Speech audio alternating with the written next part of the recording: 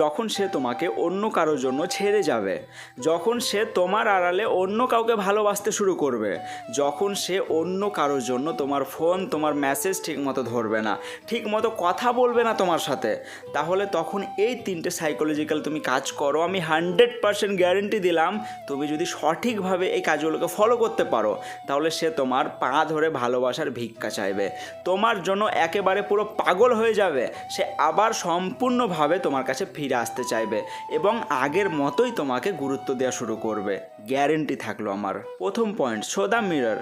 তুমি ওকে আয়না দেখাও, আসলে সে কি আর সে নিজেকে কি মনে করে, সে আসলে যেটা করছে তোমার সাথে, তোমাকে ছেড়ে দিয়ে সে অন্য কারোর সাথে সম্পর্ক করছে, সেটা যে আসলেই ঠিক না, তোমাকে যে অবহেলা করে, তোমাকে গুরুত্ব না দিয়ে, পাত্তা না দিয়ে সে যে অন্য কারোর সাথে যে সম্পর্ক করছে, সেটা যে সে বিশাল ভুল করছে, এইটাই তাকে দেখাতে হবে। আর তার জন্য তোমাকে প্রথমে যেটা করতে হবে সেটা হচ্ছে, সে যখন অন্য মানুষটার সাথে থাকবে তখন তুমি সরাসরি তুমি তার সামনে যাবে এবং তোমার পার্টনারকে 10 থেকে 12 সেকেন্ড তুমি দেখবে। ও যখনই অবাক দৃষ্টিতে তোমার চোখের দিকে দেখবে তখন তুমি কোনো কথা না বলে চুপচাপ সেখান থেকে তুমি চলে আসবে। আর তারপরে তুমি সম্পূর্ণভাবে তুমি পুরো সাইলেন্ট মোডে চলে যাও, একেবারেই তুমি গোপন হয়ে যাও, মানে একেবারে সে যেন তোমাকে দেখতে না পায়। তাহলেই সে মানুষটা নিজেই নিজেকে ছোট মনে করা শুরু করবে।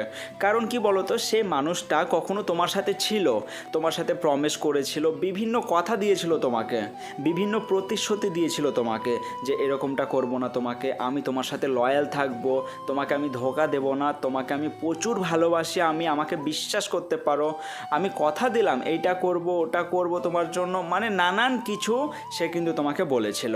আর এত কিছু বলার পরও যখন সে তোমার সাথে এরকমটা করেছে আর তুমি যখন তাকে সরাসরি ধরে ফেলেছো না, দেখো হিউম্যান সাইকোলজি বলে যে যদি তুমি কথা বলার মাধ্যমে তাকে বলো যে তুমি ভুল করেছো, তুমি অন্য কারোর সাথে সম্পর্ক করে, তুমি আমার সাথে চিট করেছো, তুমি আমাকে ঠকিয়েছো, তো এরকমটা যখন তুমি তাকে কথা বলে বোঝাতে যাবে না, তাহলে কি বলো তো, সে মানুষটা খুব বেশি কিন্তু রিয়েলাইজ কখনোই করবে না, ওর উপলব্ধি কিন্তু হবেই না, কারণ সে যে ভুল করেছে না সেটা সে কিন্তু অনুভব একবারই করবে না, তোমার এই সমস্ত কথাকে কিন্তু সে গুরুত্বই দেবে না, সে নিজেকে অপরাধী মনে করা তো দূরে থাক, সে কিন্তু কিছুই মনে করবে না।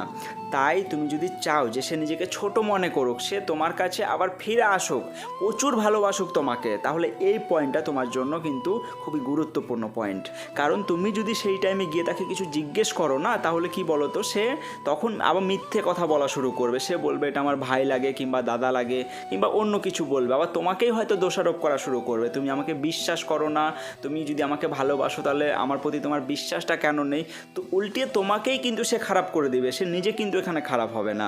তার জন্য এই পয়েন্টটা খুবই গুরুত্বপূর্ণ পয়েন্ট, তুমি ওখানে গিয়ে কিচ্ছু বলবে না, জাস্ট সেখান থেকে চলে আসবে সাইলেন্টলি। এবার দ্বিতীয় point, show to good and ignore. খুব ভালো দেখাও এবং তাকে অগ্রাহ্য করো। দেখো এই রকম সময় তুমি নিজেকে আরও বেটার, আরও সুন্দর বানাবে, তোমাকে যেন প্রচুর সুন্দর লাগে দেখতে। দেখো তোমাকে এখন বেটার লাগছে, এটা আমি মানলাম, কিন্তু তবুও কি বলো তো, এর থেকেও তোমাকে আরও বেটার দেখাতে হবে। যদি তুমি চাও যে সে নিজেকে অপরাধী মনে করুক আর তোমার কথা ভেবে সে কষ্ট পাক, তাহলে কিন্তু অবশ্যই এই পয়েন্টটা কিন্তু তোমাকে মানতেই হবে, তাকে ইগনোর করতে হবে এবং ইগনোর করার সাথে সাথে তুমি নিজেকে খুব সুন্দর দেখানো শুরু করো।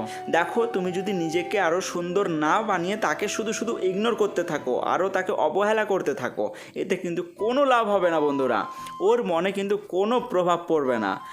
কারণ দেখো তোমার পার্টনার যে মানুষটার প্রতি আকৃষ্ট হয়ে সে সম্পর্ক করেছে, তোমাকে কিন্তু সেই মানুষটার থেকেও কিন্তু নিজেকে আরও সুন্দর বানাতে হবে, মানে যতটা পারবে তুমি নিজেকে আরও সুন্দর বানানোর চেষ্টা করো এবং তাকে দেখানোর চেষ্টা করো, এবং তার সাথে সাথে তোমাকে কিন্তু অবহেলাও করতে হবে, আর তখনই কিন্তু সে ছুটে তোমার কাছে আসার চেষ্টা করবে এবং তোমার কাছে ছুটে এসে সে কিন্তু ভালোবাসার ভিক্ষে চাইবে, এটা আমি গ্যারেন্টি দিলাম। কারণ যতক্ষণ না পর্যন্ত সে তোমার কাছে এসে ক্ষমা চাইবে ততক্ষণ পর্যন্ত কিন্তু ওর জিনা হারাম হয়ে যাবে, ও কিন্তু ঘুমাতে পারবে না, ও শান্তি পাবে না, কারণ এটাই হচ্ছে হিউম্যান সাইকোলজি। তাই অবশ্যই পয়েন্টটাকে তুমি ফলো করো। এবার তৃতীয় point, great success and earn money. তোমাকে সফল হতে হবে হবে এবং টাকা কামাতে হবে।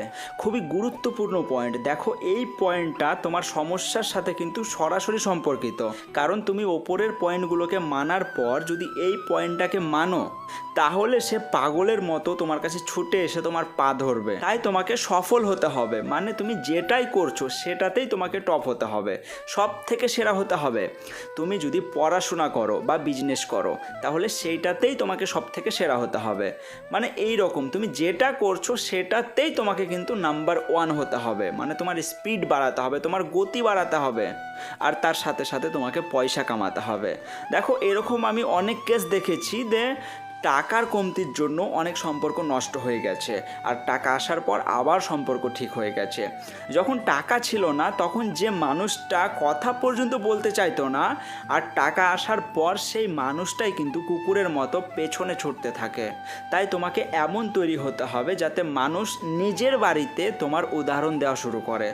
তাই যখন তোমার পার্টনার তোমাকে এতটা সাকসেস দেখবে না, তখন সে কিন্তু শুধু আফসোস করতে থাকবে, সে নিজেকে অপরাধী মনে করতে থাকবে, সে নিজেকে দোষ দিতে থাকবে। আর তখন কিন্তু কি বলতো, সে শুধু তোমার কাছে আসতে চাইবে, সে তোমাকে ছেড়ে কোথাও যেতে পারবে না, ওর জিনা হারাম হয়ে যাবে, আমি গ্যারেন্টি দিলাম। যদি তোমার সিচুয়েশন কখনো এরকম হয় তাহলে প্রত্যেকটা পয়েন্টকে তুমি ফলো করো, আমি কথা দিচ্ছি যেই রকমটা বললাম ভিডিওতে সেই রকমটাই হবে, সে তোমার কাছে না এসে থাকতে পারবে না। তো দেখো ভিডিওটা কিন্তু খুবই কাজের, খুবই কাজের, তাই অবশ্যই ভিডিওটাকে একটা লাইক করতে পারো, আর সাথে সাথে তোমরা চাইলে চ্যানেলটাকেও সাবস্ক্রাইব করতে পারো। তো ভালো থেকো, অবশ্যই ভালো থেকো, এরকম পাওয়ারফুল ভিডিও আমি প্রতিদিন আপলোড করব। বাই।